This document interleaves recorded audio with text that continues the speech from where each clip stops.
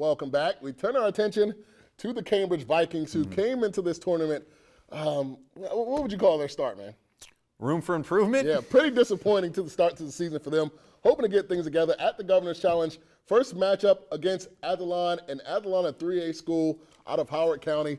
Vikings on the push early on. Keyshawn Potter, sweet look inside to Jared Bromwell. He's going to lay it in for two. Back come the Raiders. Ball rotation finds this guy, Jason Parkins. He had a great game in this one. He's going to knock down the triple. 13-0, they outscored Cambridge in the third quarter. Okay, Fourth quarter, Cambridge actually going to score a point in this thing. Down 10, Jaquan Ferreira misses the three from the corner, but he fouls his shot, gets the floater to go. But the Raiders pulled away late in this one. Nick Perlin going to finish with the and one right here. Cambridge falling in this one, 48-30 the final. Them and the Vikings in a third-place game. Yeah. How'd that happen? Taking on J.H. Blake. Vikings would take the early lead. However, Trey Borderly hitting the glass, gets the tip in to go for two. Blake then comes right back. It's Kedrick Vo right here.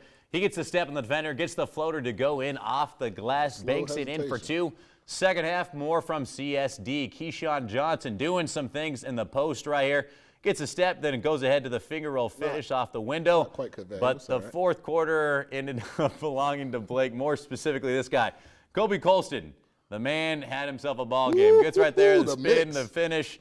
28 points for him. Cambridge drops that thing 58-46 the final. Mardella taking on the Salisbury School. John Cottingham on the drive right here. A little contact, able to power through for the finish. Where's the love at, refs? No call on that one. Back come the Warriors. Zach Fisher going to find Kobe Stanford. He's open at the top of the arc. His jumper is good. Dragons not backing down from the public school in this one. Matt Zeeby on the drive. He's going to put it to the left hand for two and one. Then check this out for a finish. Check out the handles by little Brock McCabe. He's going to put some guys on the floor right there. I can't even finish this. No look. Martin Abraham puts it in. Salisbury School all over Mardella.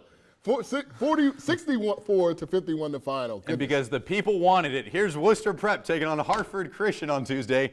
Mallards would take the early lead off this jumper right there as they get to the hoop on the finger roll finish. Shortly after that, back come the Eagles the other way. Little corner pass right here, three-ball baseline drive, and another nice little finger roll finish. Worcester then with some good passing late. Tucker Brown finds Patrick Batura. I feel like he's been there for 4 years playing varsity basketball. Gets the score underneath. Hartford Christian took the lead in the fourth, but Miller comes up with the O-board and putback. And Worcester Prep goes on to get the win, 50-43 your final. Salisbury School taking on Hartford Christian the next day. This ended up being a great game. Story all night long. Martin Abraham with the score underneath. A few minutes later, he's going to get a bucket down low. 28 points, 17 rebounds. Second half, Dragons trailing before the half. Kick shot goes out to Brock McCabe. He's going to hit the three. Then 10 seconds to go. And this would happen. Cottingham from the left wing. Give me 1-2. All three of those. Dragons take the lead with 7 seconds to go. Last chance for the Eagles. Going to put one up and then just try for one last shot. It would not go. Salisbury School gutting out a big win with their student section over. You see them? 61-58 the final. It's like the whole school. Yeah. Well, about Worcester Prep, they're taking on Mardella in the consolation game in that bracket. Mallard's on the attack. It's Colin Miller right there with a good look over to White Richens. He's able to lay it in for two. A few minutes later, Worcester was hitting the glass, the three ball off the mark. But again, Patrick Patera, like I said, this man is all over the place. Man. Eventually gets the putback in for two. Right there, just sticks with it. Warriors down in the fourth, but they would eventually go on a run from this guy. Tyler McCoy gets an and one. A few minutes later, he gets another and one right there. It was a close ball game, but the Mallards, well, they would put it away. Brandon Miller finds some space in the corner, connects from downtown.